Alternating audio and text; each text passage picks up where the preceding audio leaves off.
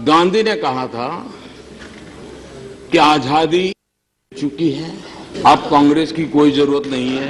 बहुत चतुर बनिया था वो। उसने आजादी के बाद तुरंत कहा था कांग्रेस को बिखेर देना चाहिए। क्या 1915 से कांग्रेस पार्टी से जुड़े 1924 में कांग्रेस अध्यक्ष रह चुके कांग्रेस संगठन के शिल्पकार, लाखों कार्यकर्ताओं की प्रेरणा, 2 पीढ़ियों के कांग्रेस नेताओं के निर्माता महात्मा गांधी अपनी ही कांग्रेस पार्टी को ध्वस्त करना चाहते थे?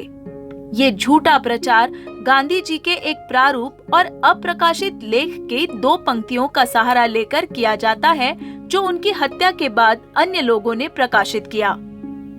इसका पूरा संदर्भ दरअसल ऐसा है। कांग्रेस के माध्यम से भारत को राजनीतिक स्वतंत्रता प्राप्त हुई है और अब अपने वर्तमान आकार और रूप में कांग्रेस कालग्रस्त हो गई है। भारत को अभी भी अपने 7 लाख गांवों में सामाजिक, नैतिक और आर्थिक स्वतंत्रता प्राप्त करनी है। इसे राजनीतिक दलों और सांप्रदायिक दलों के साथ अस्वस्थ प्रतिस्पर्धा से बाहर रखा जाना चाहिए।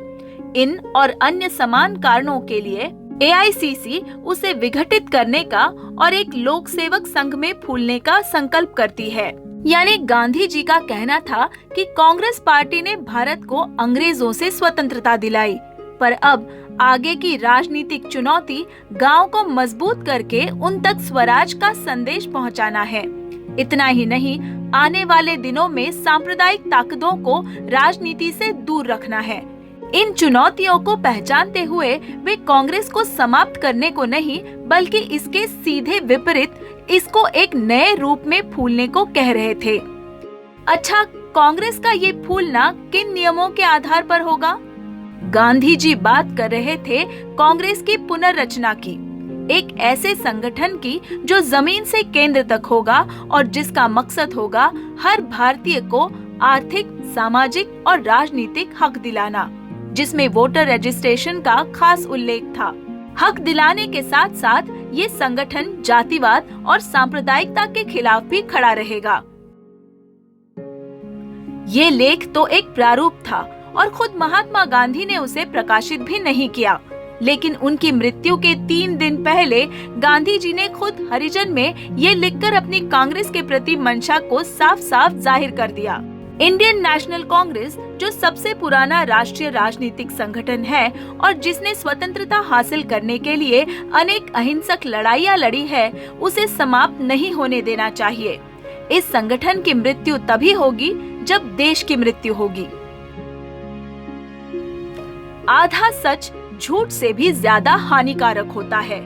ये कहना कि गांधी जी अपनी ही कांग्रेस, अपने चहीते वल्लभ भाई पटेल और जवाहरलाल नेहरू की पार्टी के विरोध में थे, उसे भंग करना चाहते थे, ये हास्यास्पद है। एक आखिरी बात हम सभी को याद रखनी चाहिए। महात्मा गांधी ने जीवन भर सांप्रदायिक सौहार्द के लिए काम किया और ऐसा नहीं है कि बापू स्वतंत्रता मिलने के बाद संन्यास लेना चाहते थे। वे तो आने वाले सालों में भी कांग्रेस पार्टी के साथ मिलकर इस काम से जुटे रहना चाहते थे।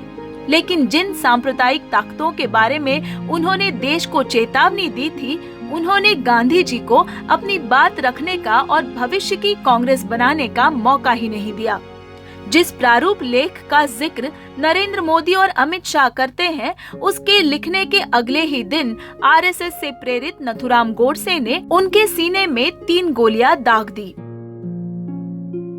अगर महात्मा गांधी जानते कि सांप्रदायिक ताकतें उन्हें मिटाने वाली है, तो वो अपनी कांग्रेस और पूरे देश को ये आदेश देते कि हम पूरी ताकत से उन सांप्रदायिक ताकतों के खिलाफ लड़े, जिनके खिलाफ लड़ते हुए उन्होंने अपने प्राणों की आहुति तक दे दी।